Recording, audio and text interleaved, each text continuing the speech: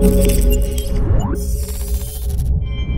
what's going on guys? Arekkz here, welcome back to another Destiny 2 video. In today's video we are speaking about the Sentinel, the brand new Void subclass for the Titans. This information has once again come from IGN's most recent video as part of their month-long Destiny 2 coverage. Today's video was of course about the Sentinel, and it was an interview with Claude Jerome, the senior sandbox designer, and our good old friend David Samuel, the senior effects artist, probably better known for his absolutely incredible descriptions of the subclasses. A little something like this.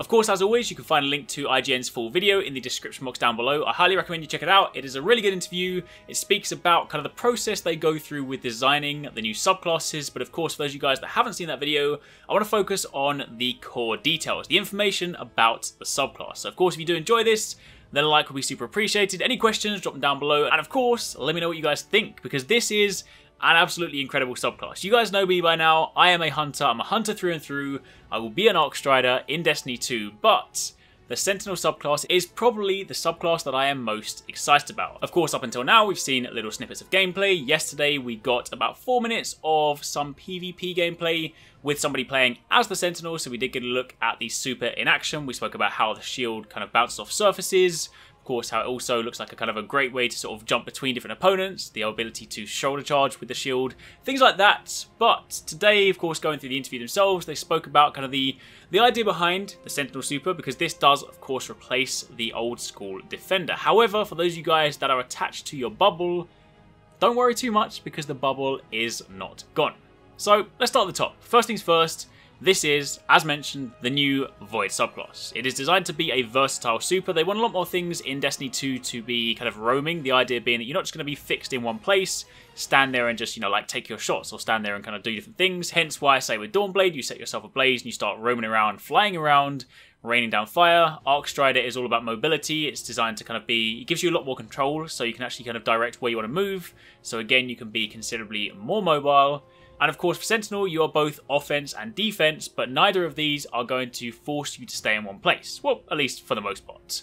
You can, of course, throw your shield, as you can see in many of these clips, and you can guard with it as well. Now, when you throw it, the visual effect, of course, this is partly to kind of make it look really cool, but it does have this very noticeable trail that follows it, and this actually serves two purposes. One, just because it makes it look badass, because, of course, when you're throwing it, and you see it trailing around, especially in like dark corridors, it just looks super sweet. However, it is also a great tell, because if you are on the receiving end of this, then you can clearly see where it is coming from. Unless, of course, you bounce it down a corridor numerous times, and then you might be a little bit confused. Either way, that is going to be a very interesting tell, especially in kind of Crucible matches when you start getting to like high-level play. I can see people sort of trying to read the direction that the shield has come from. It is, however, worth mentioning that if you do want to kind of swap over and take the sort of more defensive position, and you do want to start guarding, then they want to make sure, again, it's kind of in line with this whole like roaming supers and the mobility stuff they want to kind of try and push in Destiny 2. You can still guard, it's not going to like impede your movement abilities. Sure, you might kind of walk a little bit slower, but you can still jump with it, you can still sort of dash with it, and of course you can still walk forward as like a guarding force for your team. However, there will be certain situations where you don't necessarily want to just block from one side, because the conventional guard, if you hold it up as a shield, only protects from the front. So you can walk forward, you can advance with your team behind you, but if somebody flanks you, then your back is exposed. And this is where the bubble comes in. So the way you can use your super is quite simple. If you press the buttons to activate it, you will then bring out your shield. As you've always seen, you kind of punch the air, shield comes out, looks really, really epic, and that is basically the beginning of your super. Alternatively, if you hold down the buttons, you'll actually see, if I slow this animation down, he sort of goes to form a shield, and then pulls back and then spreads out into the conventional bubble. And then this is your traditional boss strategy bubble, the one that you can all group up, hide underneath, and protect you from incoming damage. Now, they did say that the bubble itself changed a little bit, because they've made some kind of really conscious efforts to try and better sort of visually describe the health of the bubble, because of course one of the problems before was that you didn't really know when the bubble was just going to disappear. So now they've actually made it so that it visually deteriorates the more damage it takes. So it will start off as this very sort of pristine, clean looking bubble with these sort of particle effects around it, these sort of energy things just like flickering around.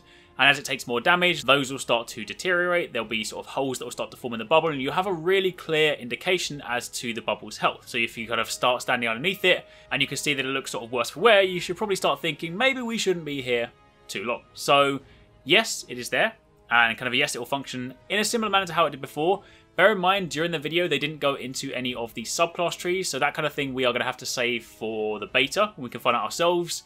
The one thing that I do want to find out, and I honestly think it's going to be omitted from this subclass, is of course the previous things we had attached to the bubbles, namely Weapons of Light or Blessing of Light. And the reason I don't think they're going to be there is, of course, if you guys look back to the Warlocks, you'll see the class ability for the Warlock, the one that kind of spans all the different subclasses, are these new rifts. There are two different rifts. There is the Healing Rift and the Damage Rift. They serve the similar sort of purpose to how the bubble used to, and if you stand in the rift, you either get a damage boost or you can heal.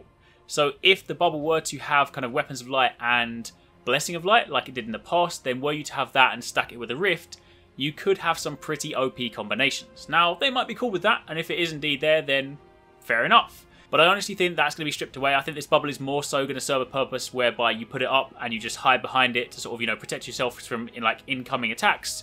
Whereas if you actually want to try and work strategically and actually get some of those damage boosts or the healing boosts for, say, boss encounters or raid encounters, then this is where the teamwork is going to come in. Which, in truth, I would be completely cool with, because then it really does promote good teamwork. You know, there's no longer a case of, I'm a Titan, I'm going to protect you, and I'm going to give you a damage boost. It's going to be like, alright, you want the damage boost? So I'm going to put down the bubble, Warlocks get over here and place down the rift, then everyone group up inside, and then you kind of have to work as a team. That's a really sort of cool teamwork mechanic. It's a really cool thing for raids, and of course it'll make things a little bit more challenging if you're not fully coordinated. So either way, there are two ways to have your super. So as a reminder, you press the buttons and your shield comes out, you hold it down and your bubble comes out. Now with your shield, the shield charge, or the kind of shoulder charge you've seen before, this is your replacement for the traditional shoulder charge. So if you press the melee attack when you have your shield out, you will dash towards the nearest enemy. Works in a very similar manner, as I said in the video the other day, with the relic from the Vault of Glass. So you can dash into like nearby enemies, and of course you can chain this together. If people are grouped up, you can just keep spamming like RB and dash between them. Really good for sort of like clearing people down.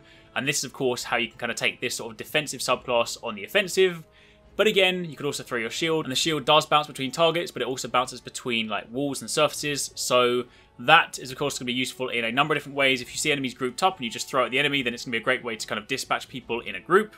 Plus, of course, you know, in PvP encounters, if you don't necessarily want to sort of go around the wall because you know someone might have like a sightline on you, then being able to kind of like throw it at the wall and just have it bounce down is also a chance to try and, you know, snag yourself a kill. Now, of course, the only other thing we haven't yet seen in detail are the jumps, the grenades, and of course the two different paths in the subclass trees. Don't forget that in Destiny 2, subclasses look a little bit different. You typically have one of two paths that you want to spec towards. So using Arekkz as an example, you either spec down the path that is more focused around melee attacks. Of course, you then, you know, have a lot of synergy between different moves, and of course being able to get melee attacks, recharge things. Or alternatively, you have the path that goes down the more movement-focused things, more kind of focused around running and constantly moving. So for the Sentinel, if I had to hazard a guess, of course we'll confirm this when we see it in the beta next week, but if I had to hazard a guess, I think you're probably more than likely to have one that is more kind of aggressive focused, meanwhile the other one is more defensive. That way, you know, you'll probably have things that might, you know, extend the shield throw or kind of make it so that you can then potentially shoulder charge like a greater distance or something, versus say something else that might bolster your kind of defensive capabilities if you're holding the shield up or if you're putting out the bubble, things like that. Of course, on the grenade front, then we've seen the Suppression Grenade from the Crucible gameplay the other day, and if you look back at any of the other revamped or kind of new classes, then generally speaking, the grenades that we come to associate with these classes, they tend to remain. So if we've seen Suppressor Grenade, then we're probably also still going to get a Spike Grenade and a Magnetic Grenade for the Titans.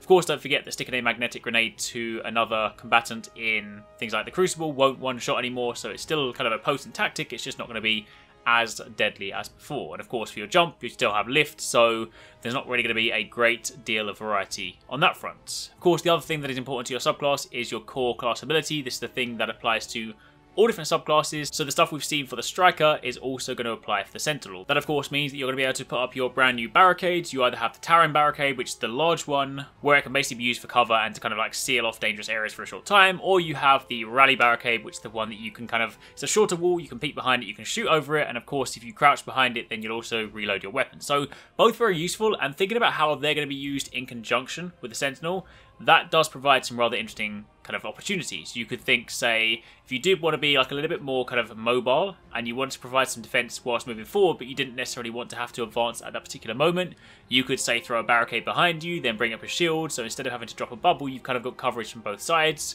Or alternatively, you might just want to throw down a barricade that people can then shoot through whilst holding your shield up. So there's like a lot of different ways you can kind of use them, so I'm definitely going to be interested to sort of see how those two work together, since they do kind of essentially provide you with similar opportunities. But either way, for the time being, that is a look at the Sentinel. I will of course give you guys an in-depth look once it goes live in the beta, so until then, that's pretty much all we have to go on. So down below, I'm going to link you guys 2 videos to check out, the first of which is of course the interview from today, and the other one is just 4 minutes of the Crucible gameplay the other day with the Sentinel being played, so we got a chance to see one super in action. Definitely stuff you guys should check out, and of course there'll be more news coming from IGN later on this week, so again, keep it locked and I'll keep you guys bang up to date. One final reminder, I did kick off a giveaway the other day in one of my other Destiny 2 videos. I'll also link that one down below. If you guys want to enter that, I was giving away some PlayStation Network and Xbox Live points, basically depending on your platform of choice, and it was going to be enough points to buy yourself a copy of Destiny 2, so that way you could then buy it and get early access for the kind of pre-order beta. So check out that video, I'll leave a timestamp in it so you can just jump straight to the part where I talk about the giveaway, and then you can enter that one if you so wish. But until then, thanks for watching, take it easy, catch you next time, peace out.